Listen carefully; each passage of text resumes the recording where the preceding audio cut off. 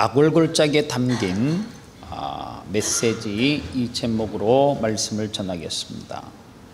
성경에 아간이라고 하는 사람이 지었던 범죄는 오늘 성경에서 읽지는 못했지만 7장 21절 말씀에 보면 그가 하나님 앞에 어떠한 범죄를 한 내용에 대해서 간략하게 설명을 하고 있습니다. 21장은 이렇게 말합니다.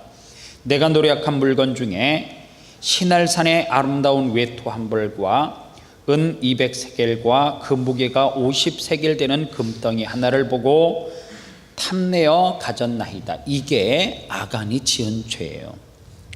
그런데 지난 시간에도 우리가 말씀을 드렸지만 아간이 훔친 물건은 이건데 이 훔친 물건을 도덕적이고 윤리적인 잣대를 가지고 너 도적질한 거에 대해서 죗값을 치르라 그렇게 말하지 않았어요.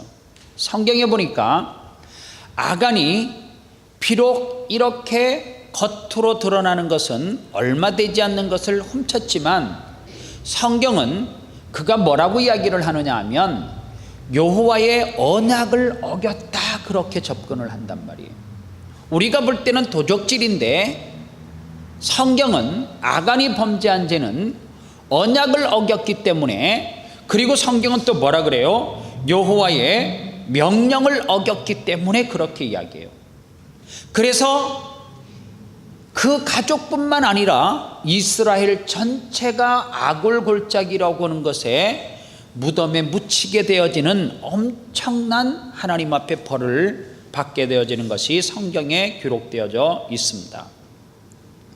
우리는 찬송가를 부를 때에 아골골짝 빈들에도 복음 들고 가오리라, 소돔 같은 거리에도 사랑 안고 찾아가서, 이 찬송가를 부를 때에 아골골짝 빈들에도 복음 들고 간다라고 하는 그 말의 의미를 사실은 잘 모르고 부르는 것 같아요. 오늘 그러면 21절 말씀을 보면 이 아간이 하나님 앞에 범죄한 것을 조금 낱낱이 분석을 해가지고 보면 그 죄는 세 가지로 요약이 되어져요. 21절 말씀을 가지고 그 죄의 경로를 찾아보면 처음에는 보고, 그리고 두 번째로는 뭐 하고요? 탐내어, 그리고 마지막에는 가졌대요. 어디에서 많이 들어본 이야기잖아요. 창세기 3장에 보면 이와 비슷한 내용이 성경에 기록되어져 있습니다. 완전한 공동체를 이룰 수 있는 가정을 하나님께서는 에덴 동산이라고 하는 영원히 젖과 꿀이 흐르는 그러한 축복의 땅에 한 가정이라고 하는 공동체를 하나님께서 선물로 주셨어요. 그런데 그 가운데 죄가 들어오게 되어집니다. 그로 인하여서 인류의 타락과 범죄에 빠지게 되는 것을 알 수가 있는데, 성경은 3장 5절로 6절에 이런 말씀이 기록되어져 있습니다. 너희가 그것을 먹는 날에는 너희 눈이 밝아져 하나님과 같이 되어 선악을 알 줄 하나님이 아심이니라. 여자가 그 나무를 본즉 먹음직도 하고 보함직도 하고 지혜롭게 할 만큼 탐스럽기도 한 나무인지라. 여자가 그 열매를 따먹고 자기와 함께 있는 남편에게도 주매 그도 먹은지라. 여자가 그 나무를 뭐한즉 본즉, 아간이 21절에서 첫 번째 뭐라고요? 보고, 같은 내용이에요. 두 번째 죄가 들어오게 되는 경로가 뭐냐 하면 먹음직하고 보함직하고 탐스럽기도 하다라고 창세기에서 말해요. 그런데 아간이 두 번째 죄의 경로가 뭐라고요? 보고 난 다음에 탐내어 똑같은 두 번째 죄의 경로가 진행이 돼요.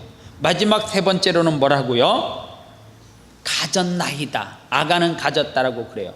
그런데 창세기에서는 자기도 먹고 누구에게도 줬다고요? 남편에게도 줬다. 그렇게 이야기해요. 이 아담과 아간의 죄를 함께 묶어서 적용을 해보면 그들의 무엇이 결과적으로 보면 마지막에 중간에 뭐 해서요? 탐심이 결국에는 뭐 했다고요? 취하게 되어졌더라, 그렇게 이야기해요. 그러면 성경에 보면 탐심의 문제에 대해서 하나님이 너그러운가 그렇지 않은가를 성경을 통해서 봐야 돼요. 10계명 가운데 여러분들 무슨 계명이 있어요? 10번째 계명이 뭐예요?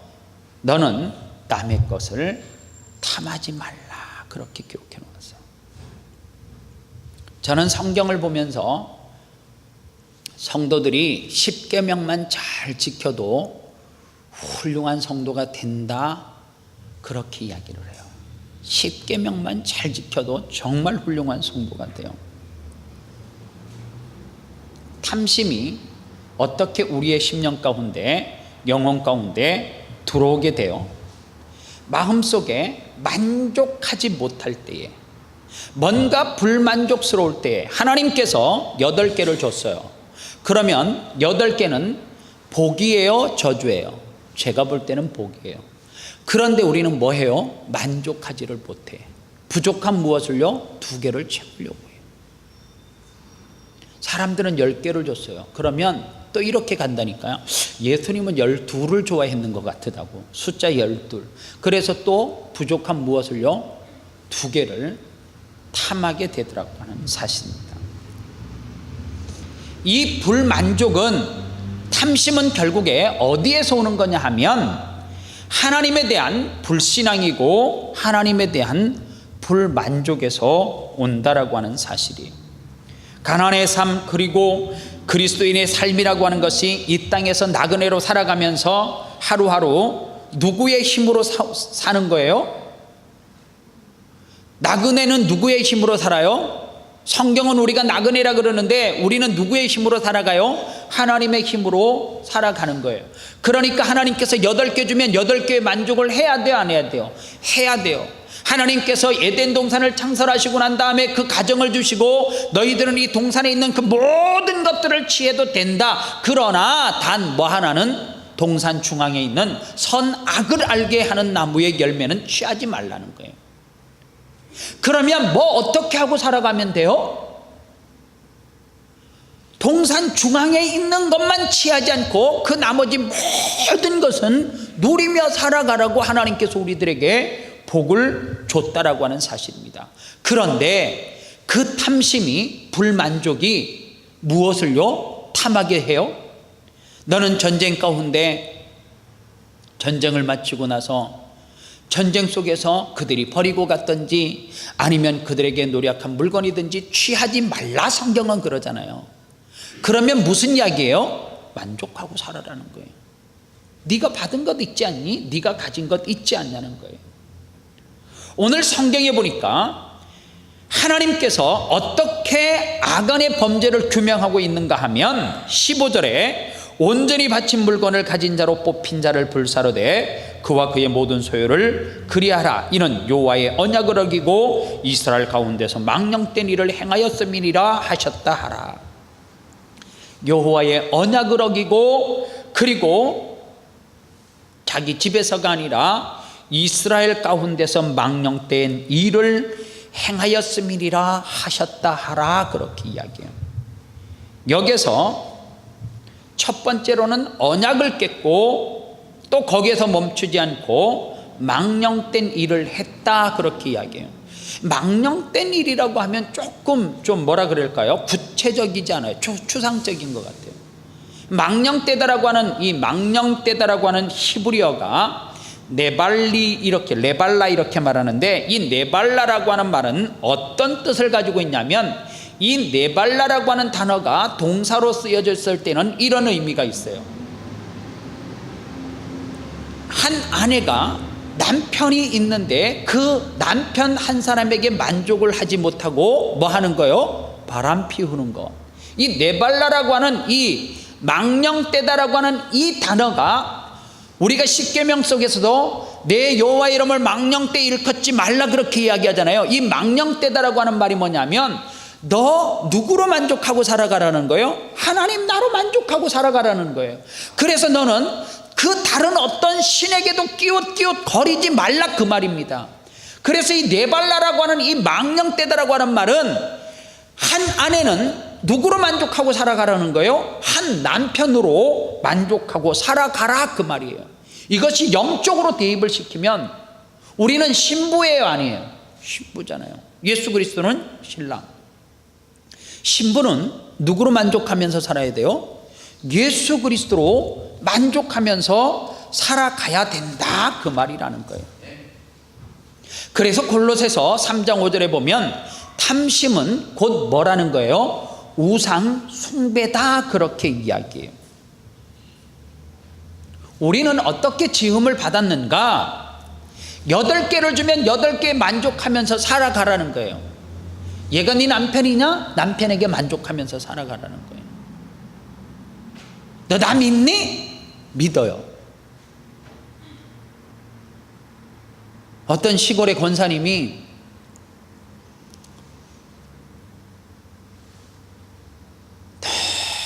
너무너무 돈에 대한 욕심이 많았어요. 오직 돈만 보면서, 그래서 동네에서 너무너무 짜다고 소문이 난 거예요. 어느 날 구역 예배를 드리는데 목사님이 그랬어요. 권사님 몇 장 좋아하세요? 그러니까 찬송가 352원요 그러더래요. 어느 날 목사님이 새벽 예배를 그 권사님이 하루도 안 빠지고 나와서 기도를 하고 가는데 너무 이상하더라는 거예요.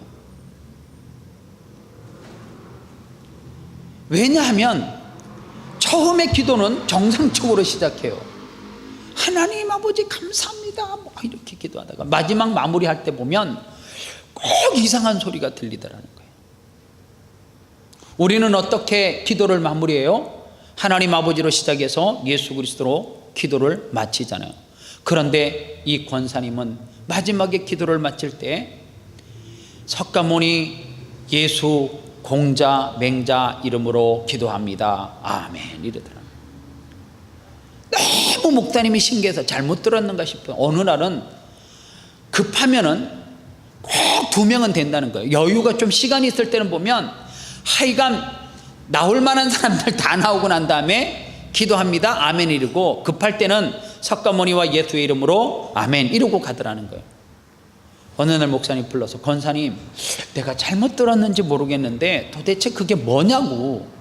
아니 내가 잘못 들었냐고. 어느 날은 공자 맹자 이름으로 뭐 기도했다라고 아멘 하고 가고 어느 날은 급한 것 같으면 막 서둘러서 나갈 때 보면 일어서면서 예수님의 이름으로 석가모니 이름으로 아멘 그러고 가시는데 도대체 그게 무슨 기도냐 그랬더니 아이 목사님 예수님이 바쁘시면 못 듣고 석가모니라도 듣고 나를 축복해줘야지 내가 돈을 많이 벌 거 아니냐고. 하나님 한 분으로 만족하지 못하고 뭐예요? 석가모니 맹자 공자를 찾는 거 그게 뭐예요? 네발라 망령떼 일컫는 거예요. 자 그러면 여기서 죄라고 하는 것이 아간이 범죄했는데 결국에는 그 가족뿐만 아니라 누구에게까지요? 그 죄가 이스라엘 민족에까지 미쳤고 창세기 3장에서 아담이 태초에 범죄한 그 죄를 우리는 인류 태초의 대표적인 원리를 가지고 원죄다 그래서 대표성을 뗐다 그래 가지고 그거를 아담이 지은 죄지만 우리가 지금 이 땅에 살아가는 가운데 이 땅에 태어나면서부터 뭐 하는 죄를 지었다고요?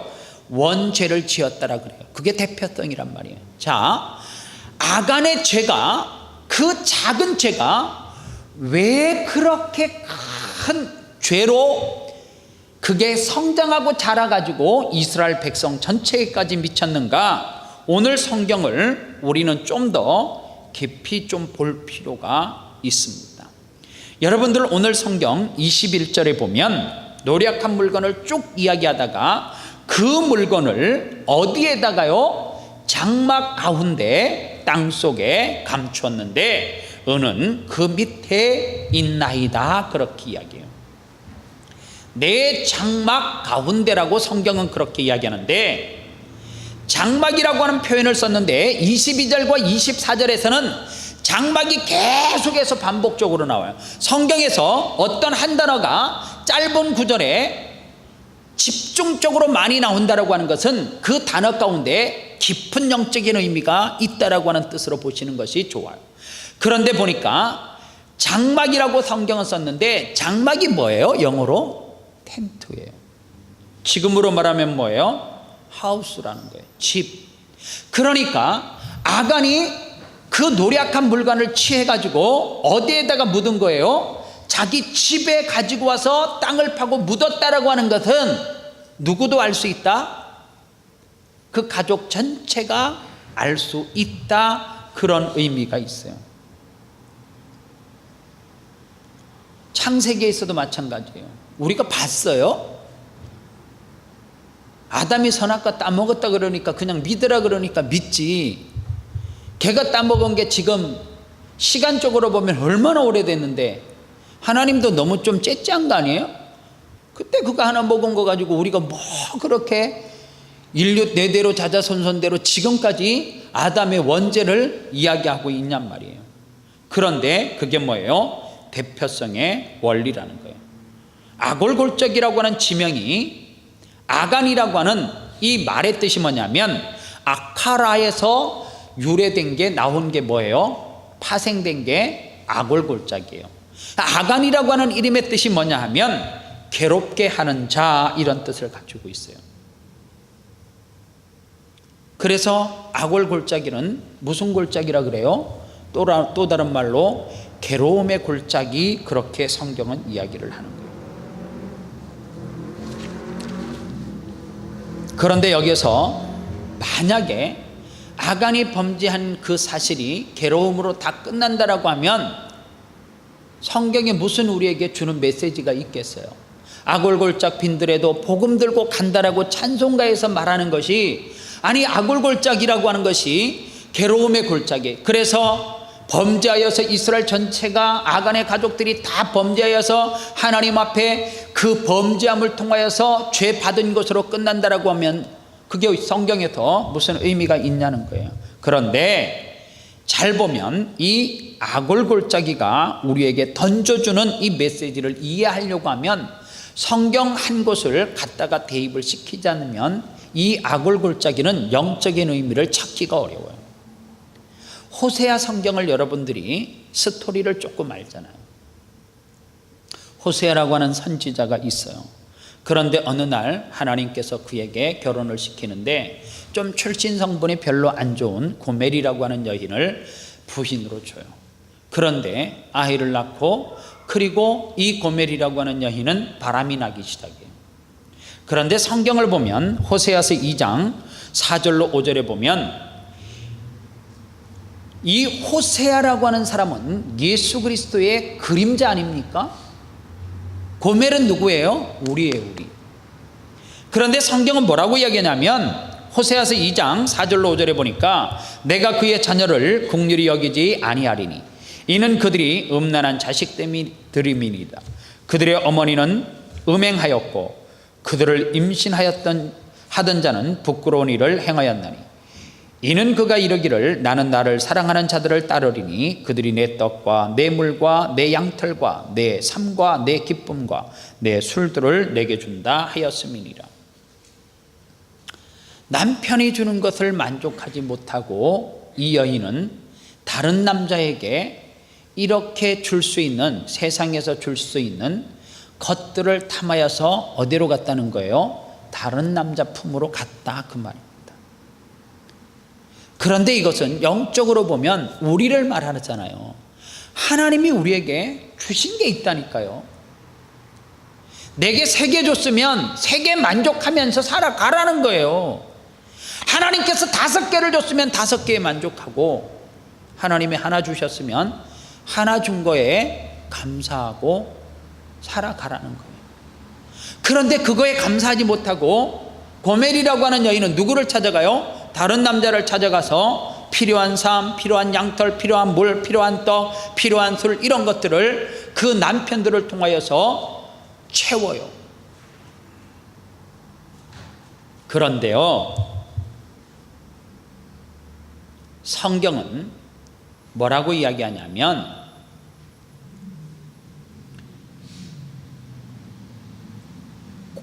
호세아 선지자를 통하여서 그렇게 바람난 아내를 붙잡기 위해서 6절에 그러므로 내가 가시로 그 길을 막으며 담을 쌓아 그로 그 길을 찾지 못하게 하리라. 하나님께서는, 예수 그리스도께서는 우리가 바람이 나가지고 자꾸만 끼웃 거릴 때에 가지 못하도록 가시밭길을 만들어 놓고 가시로 담을 쌓아서 또 막아놓고 또 높은 담을 쌓아서 가지 못하게 끝까지 우리를 뭐 한다는 거예요? 잡고 있다는 거예요. 누구처럼요? 호세아 선지자처럼 그렇게 한다는 거예요. 뭐 하지 못하도록요? 죄의 길로 가지 못하도록 그렇게 한다는 거예요. 그런데 성경에 보니까 끊임없이 그 일이 반복되는데 결국에 성경이 누가 승리해요? 호세아가 성경은 승리하더라는 거예요. 그런데 여러분들이 이거를 몰라요.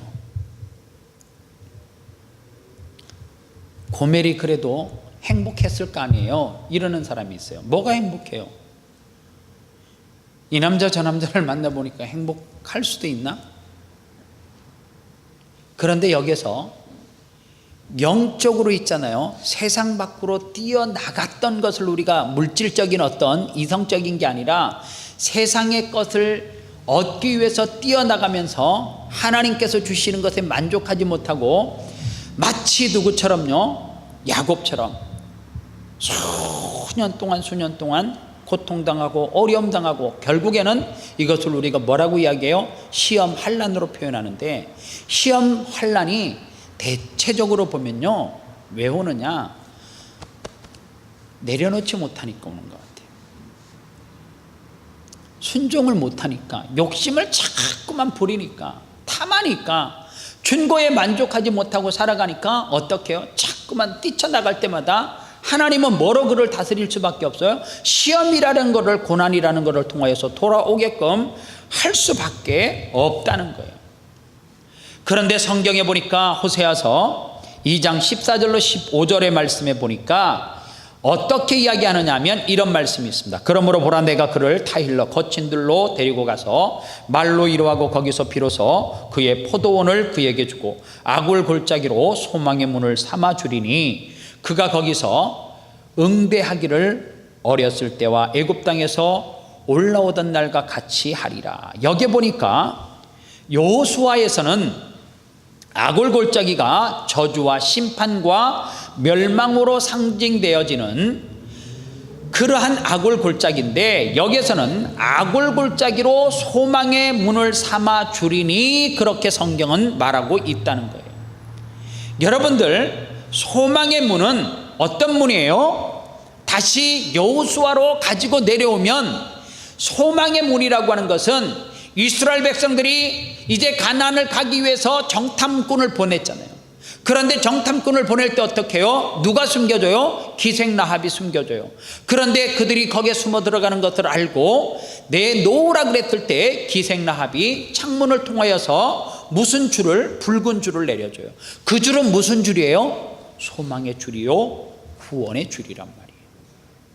그러니까 우리가 여기에서 영적으로 깨달아야 될 것이 뭐냐 하면, 아굴 골짜기라고 하는 것은 죽음을 이야기하는 것이 아니라 거기에는 또 다른 뭐의 장소예요?